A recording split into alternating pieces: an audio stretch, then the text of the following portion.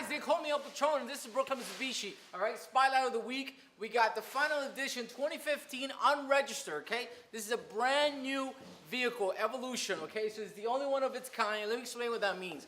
All right, which means is basically we want this car on a bid, okay? There was actually from Mitsubishi itself, okay? There was actually going for bid, so we got the car. And it's the only one in the entire country, okay? It's actually the #1. It has a plaque. It comes with a certificate. So make me a reasonable offer. We're willing to part ways with the car. We had it for 2 years already, all right? So we welcome any trade-in you have anywhere in the country. Like I said, it's a very, very special car.